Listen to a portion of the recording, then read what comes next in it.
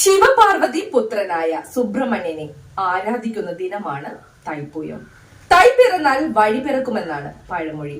മകരമാസത്തിൽ ആഘോഷിക്കുന്ന തൈപ്പൂയത്തിൽ വൈപ്പിനിലെ വിവിധ ക്ഷേത്രത്തിൽ കാവടിയെടുത്തും വ്രതമിരുന്നും നാവിൽ ശൂലം കുത്തിയും വർണ്ണവമായ ഘോഷയാത്രയും ഭക്തി നിർഭരമായി.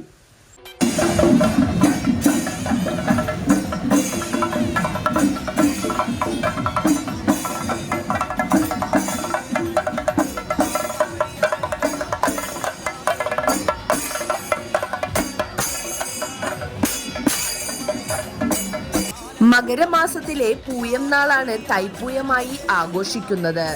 എന്നാൽ താരകാസുരൻ ദേവലോകത്തെ ജീവിതം ദുസ്സഹമാക്കിയപ്പോൾ മഹർഷിമാരും ദേവന്മാരും ശിവപാർവതിമാരെ അഭയം പ്രാപിച്ചു.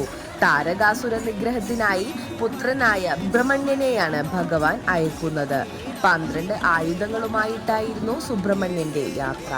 അസുരനെ വധിച്ച് സുബ്രഹ്മണ്യൻ ദേവലോകത്ത് വീണ്ടും ഐശ്വര്യമെത്തിച്ചു. ആ നാളിന്റെ സ്മരണയ്ക്കാണ് തൈപ്പൂയം ആഘോഷിക്കുന്നതെന്ന വിശ്വാസവും നിലനിൽക്കുന്നു. കൂടാതെ സുബ്രഹ്മണ്യന്റെ പിറന്നാളാണ് തൈപ്പൂയം എന്ന വിശ്വാസവും ഉണ്ട്. തൈ പിറന്നാൽ വഴി പിറക്കുമെന്നാണ് പഴമൊഴി.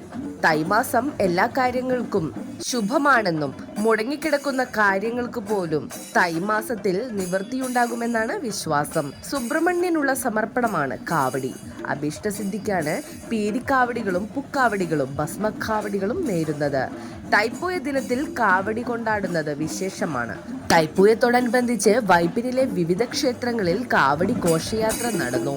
15 വർഷമായി തുടർച്ചയായി നടന്നുവരുന്ന എടവനക്കാട് ശ്രീ പഴനി ആണ്ടവ കാവടി സംഘത്തിന്റെ ഘോഷയാത്ര സെയ്ദ് മുഹമ്മദ് റോഡ് പടിഞ്ഞാറ് കർത്തരിപ്പറമ്പിൽ ശ്രീ ബാലസുബ്രഹ്മണ്യ ക്ഷേത്രത്തിൽ നിന്നും ആരംഭിച്ചു.